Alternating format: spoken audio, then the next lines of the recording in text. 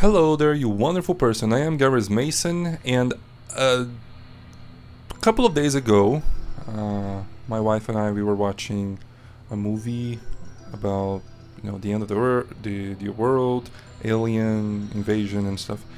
And that's the movie was not that great, but it got me thinking about alien. What would it take for Earth to actually be destroyed, for humans to be actually overtaken. So I started talking to GPT about, hey, what would be the most likely scenario? What would be the most realistic scenario for a couple of scenarios there. An xenomorphian alien crashing into New York, a xenomorphian alien ship crashing into the middle of nowhere in the middle of the Amazon forest. And that conversation was extremely interesting. I loved it. So I really wanted to share this with you guys. I'm not the best storyteller. So I just used Notebook LM in combination with ChatGPT to create a little podcast telling the story. And I'll leave you to that while there's some footage from back when I played Alien Isolation some time ago. So there it is. Enjoy. Welcome back to the Deep Dive. Today we're doing something a little different. We're stepping outside of what you might call conventional history. We really are. The material we're looking at today demands a different kind of analysis. We are plunging headfirst into a document that, according to our sources, was sealed away in the deepest global archives. It's called The Secret History of the Long Coexistence. And for those of you just joining us, the concept is, well, it's simple, but it's also absolutely terrifying. We've accessed an internal chronicle, a timeline detailing an alternate reality. A secret history of humanity that follows a catastrophic first contact event. And this isn't just a story, it's so meticulously detailed. It reads like a historical record of a struggle against an alien threat that is, instantly recognizable as the xenomorph type. Right, we're talking about 400 years of struggle, adaptation, and frankly, the philosophical dismantling of a species.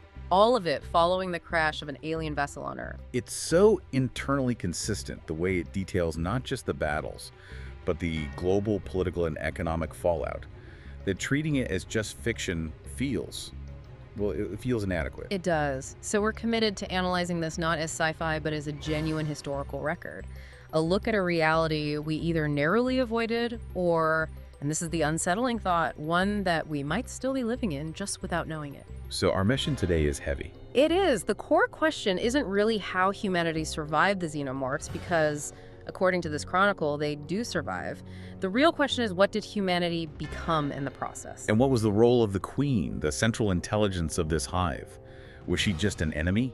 Or a teacher. Or this is the one that keeps me up at night, where she just a mirror, reflecting our own destructive nature right back at us. Right. We need to look at the motives, the mistakes, and the philosophical weight of surviving at any cost. Okay, so let's unpack this timeline. We have to start at ground zero, year 0 to 1, which the chronicle titles, quite accurately, the initial catastrophe. And to really understand why the real event was so bad, the sources start us off with a kind of control group, a counter scenario. INYC counter scenario. Exactly.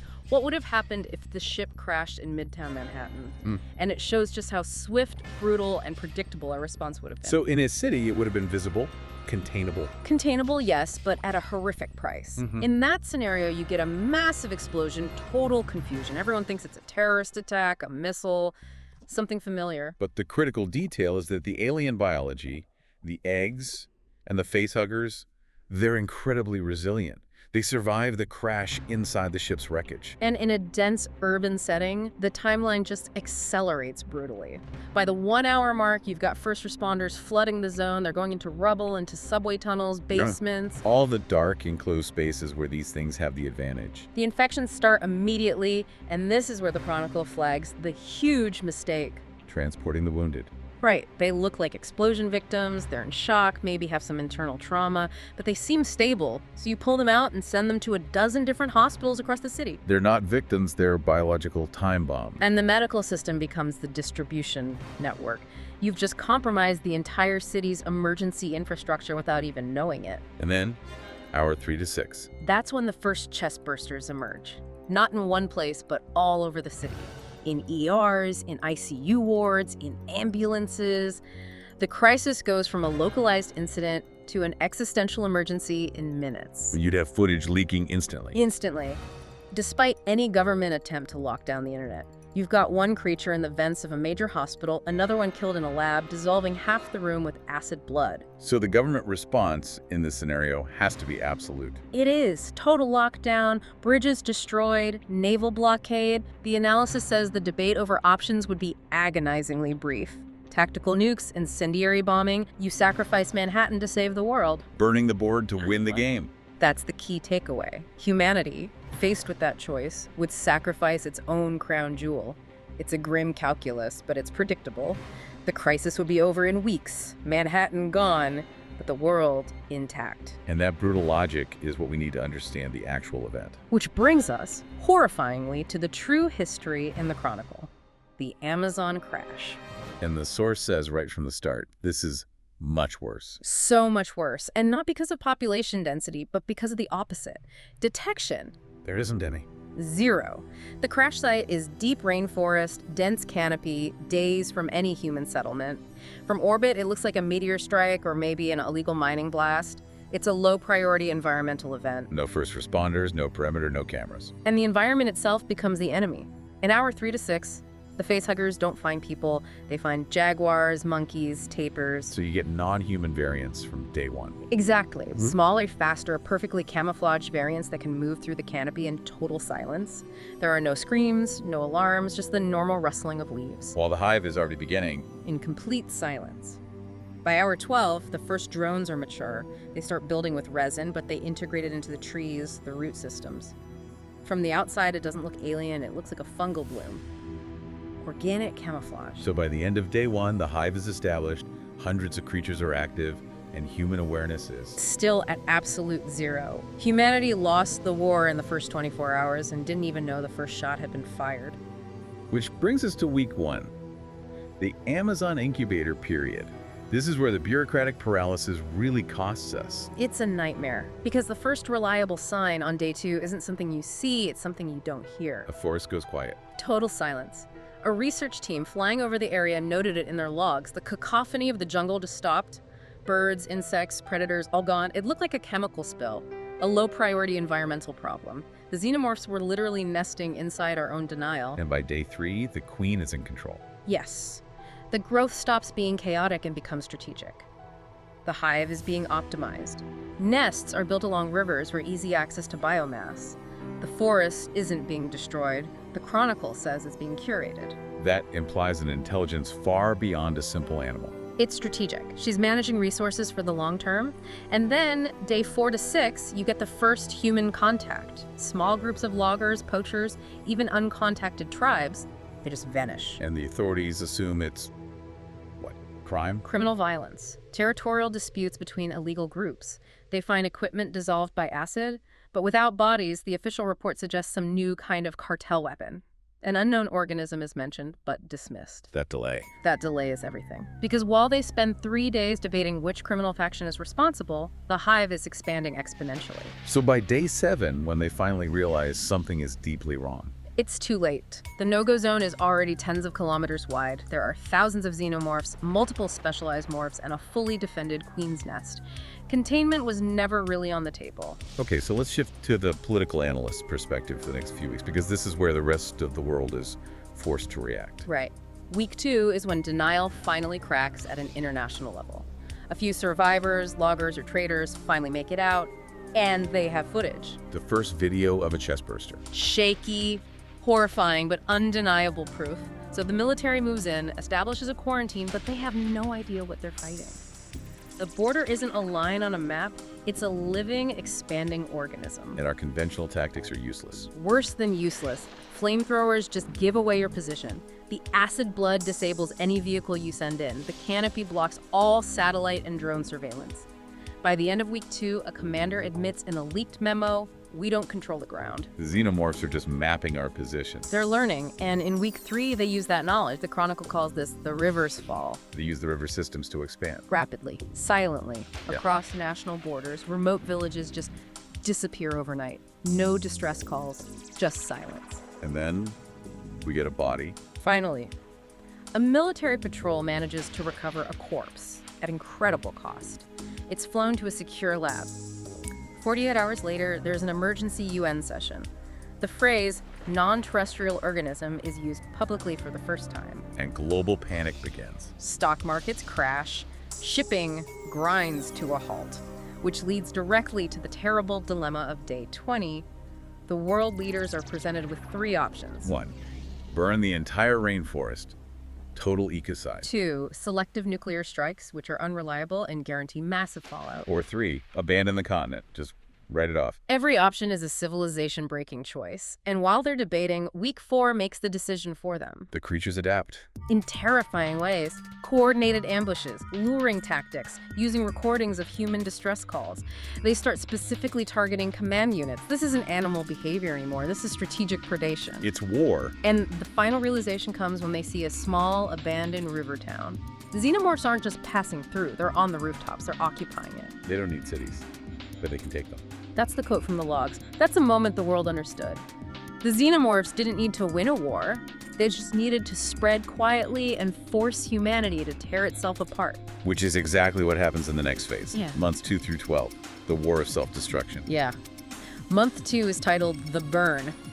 This was the moment humanity chose violence over doubt. Massive, multinational, incendiary bombing campaigns. They poisoned entire river systems. It was a mistake. A huge one. The fire reveals the hives, but it doesn't touch the queens. The Xenomorphs don't flee outward, they just retreat deeper into caves and underground networks. You can't burn out a cancer that deep. You're just destroying the environment they live in and doing their work for them. And then in months 3 and 4, the adaptation goes global. Aquatic morphs appear. Larger, faster, shutting down shipping lanes in the Atlantic. Global trade just collapses. And the science confirms our worst fears. Rapid epigenetic adaptation, heat-resistant resin, and queens that can communicate remotely with drones hundreds of miles away. The idea that these are just animals is gone forever. They're a networked, intelligent biological weapons system. This vulnerability leads to what the Chronicle calls the civilizational fracture. Right. Months 5 and 6, this is where society starts to break. It's triggered by the unannounced city loss. A mid-sized city is just erased by an airstrike to stop an outbreak. It's covered up in the media as a chemical plant explosion. But people know. The soldiers, the intel agency. They know, and that knowledge destroys trust. Borders slam shut, nuclear powers stop sharing intelligence. Private militaries pop up to protect the wealthy in secured zones. We started fighting each other instead of the real enemy. The Xenomorphs were leveraging our own paranoia against us. Perfectly. And then in month 7, the military doctrine completely shatters with the queen reveal. Plural. Multiple distributed queens. Some are even found in deliberately abandoned nests just to draw our fire and waste our resources. You can't decapitate the leadership because there is no single head. You kill one queen, the hive just reconfigures around another. This sounds like the point of total desperation. It is. Month 8 is when the desperation weapons come out. Experimental bioweapons that fail. Nanotech that creates massive fallout but doesn't work. Targeted nukes that just create deeper, irradiated caves for them to thrive in. The Amazon becomes a permanent scar on the planet. A visible, multicolored wound you can see from orbit. And it's still not contained. And the human cost of all this. By month 9, it's catastrophic. Mandatory conscription, global food shortages, and the psychological toll is immense.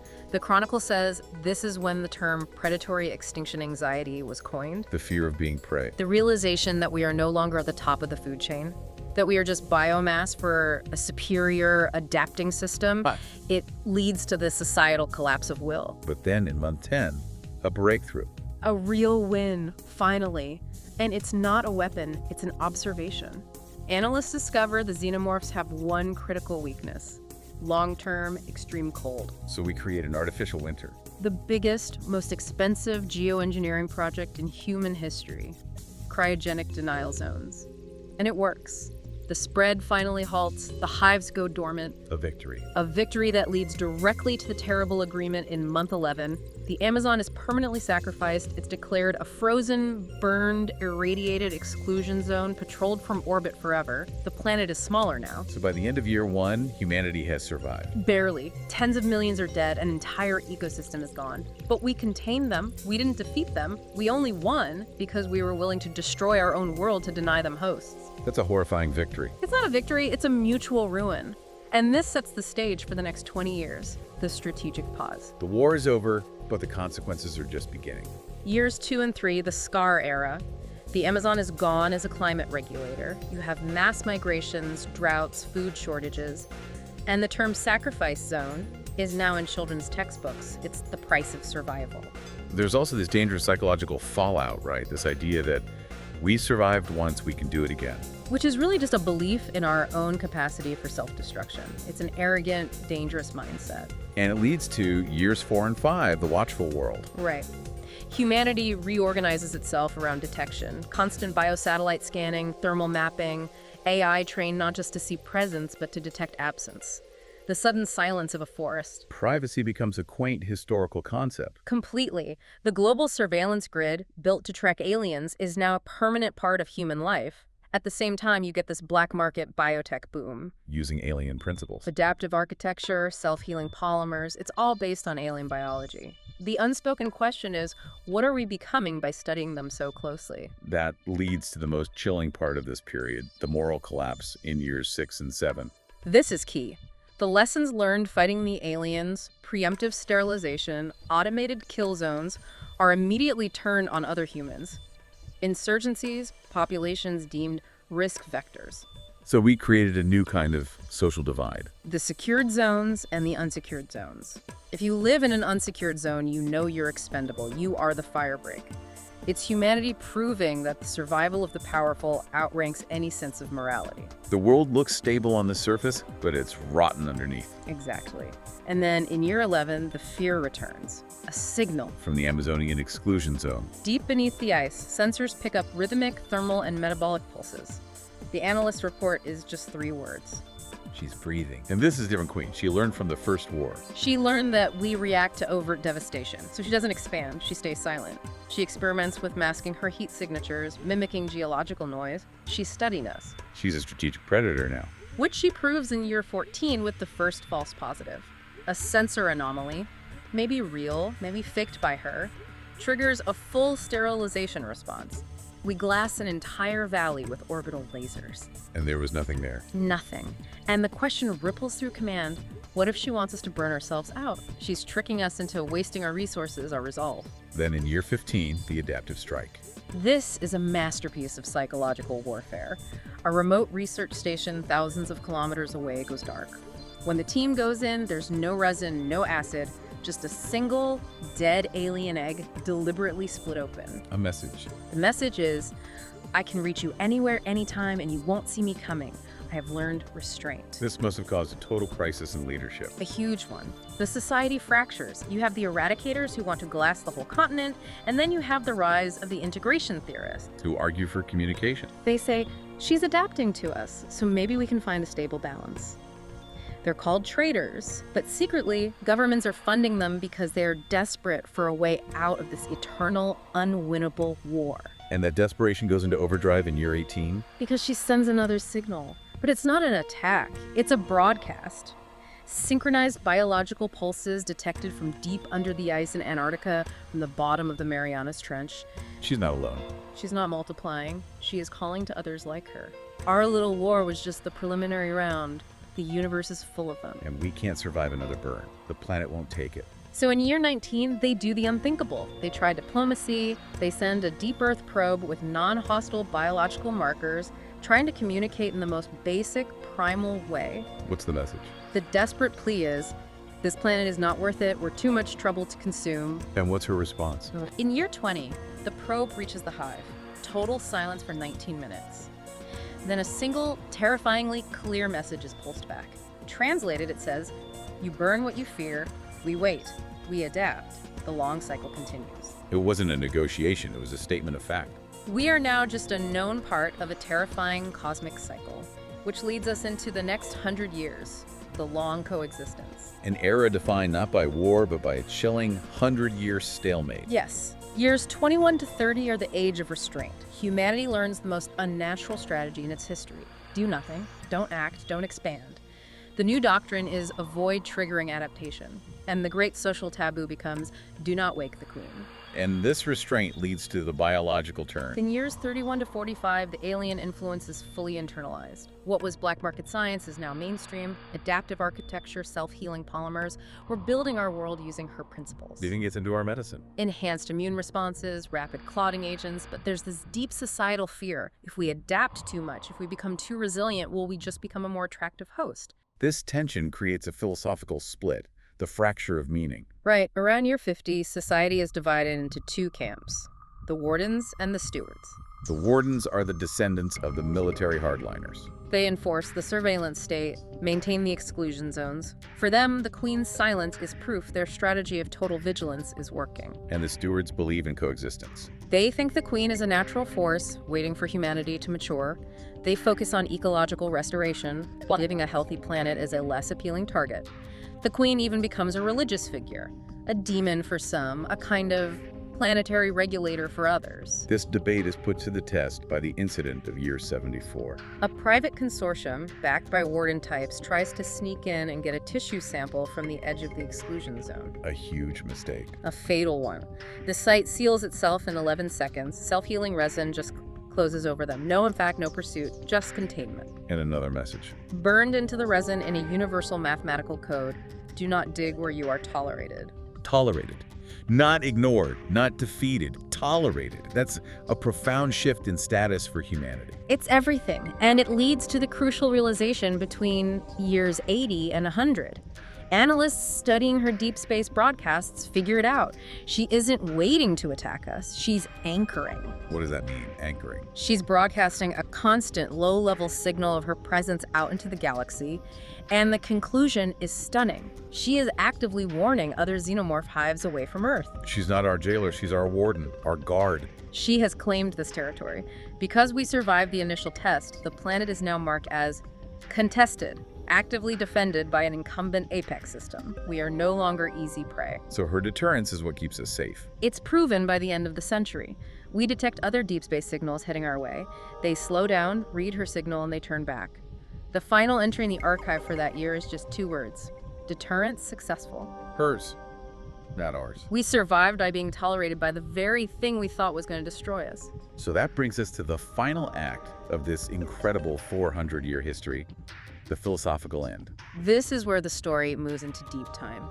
Around year 250, humanity initiates the leaving. It's not a panicked escape, it's a strategic dispersal. Generational ships, interstellar arcs. We make ourselves too distributed to be wiped out in a single event. Earth is left behind, a forbidden sanctuary, guarded by the silent, sleeping queen. And out in the galaxy, we find the proof. We find the ruins of other civilizations, all of them culled. The evidence is the same everywhere. Resin fossils, acid-scarred worlds, and humanity gives it a name. The great filter that hunts back. So the Fermi paradox isn't about physics or resources, it's a predator. An active ecological corrective that emerges to regulate species that expand without restraint. And Earth is known to other spacefaring races only as contested, active warden presence. No one comes near. The Queen's final act. After centuries, her purpose is complete. Humanity has matured, dispersed.